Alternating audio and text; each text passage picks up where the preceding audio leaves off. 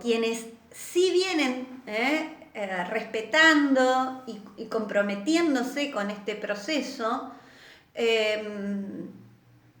les agradezco el compromiso, les agradezco la fuerza que han puesto, porque no es sencillo leer solos, textos que son nuevos, desconocidos, y aparte, bueno, los textos filosóficos, que no solamente son textos filosóficos, sino que yo por una cuestión de decisión académica, considero que en un nivel superior no se pueden dar textos de manuales, sino textos de autores. Entonces, por eso me esfuerzo en brindarles material de autor, de manera que ustedes tengan una formación lo más amplia y lo más con el máximo nivel académico que uno les puede brindar. Eso tiene que ver con un respeto también hacia ustedes y con una no subestimación. Yo cuando era estudiante me irritaba que que subestimaran, o porque decían, porque es un... Y a veces me pasa con colegas, ¿no? Pero si es un nivel terciario, como si fuera, es decir, ustedes van a estar dictando clases algunos en primaria, en secundaria y en nivel superior. Entonces, no podemos no brindarles lo mejor que nosotros podemos hacer, que no significa que es lo mejor, pero sí tratar de acercarles directamente el material y no hacer una explicación de explicación. Por eso mismo también ninguna de mis explicaciones, y lo mismo pasaba cuando estábamos en forma presencial, van a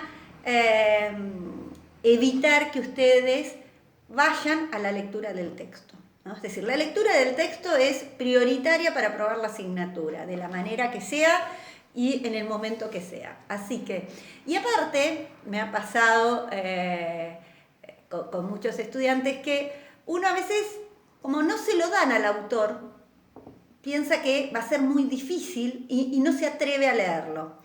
Cuando lo descubre a ese autor, primero probablemente se tiene un poco de complejidad, pero después cuando ya se empiezan a calentar los motores, uno empieza a observar que de acuerdo a las temáticas y de acuerdo a ciertos ejes, uno los puede leer, ¿no? Y se abren ventanas nuevas a otros autores, a otras búsquedas, a otras reflexiones. Y eso es lo que nos va a pasar y nos ha pasado con respecto a esto de pensar de qué se trata esta disciplina filosófica que se llamó estética y que hoy por hoy se llama, se incorpora en esta materia que es teoría del arte. Hablar de una teoría del arte nos lleva a pensar que más allá de los momentos históricos, más allá de la práctica artística, es preciso y es necesario ponernos a reflexionar. Pero esa reflexión no puede darse solamente en un ámbito alejado de la práctica, ¿no? Decíamos, cuando uno va a dar clase va con prejuicios, va con supuestos.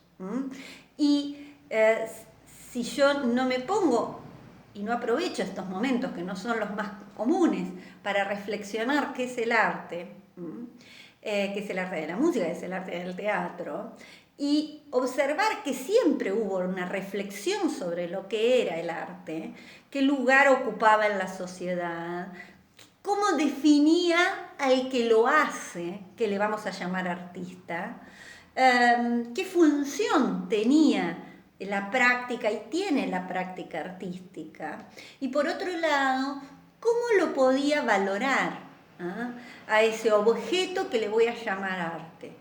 ¿Esa obra de arte es bella en sí misma o es bella porque participa de una idea, de algo que no está en las características propias del objeto.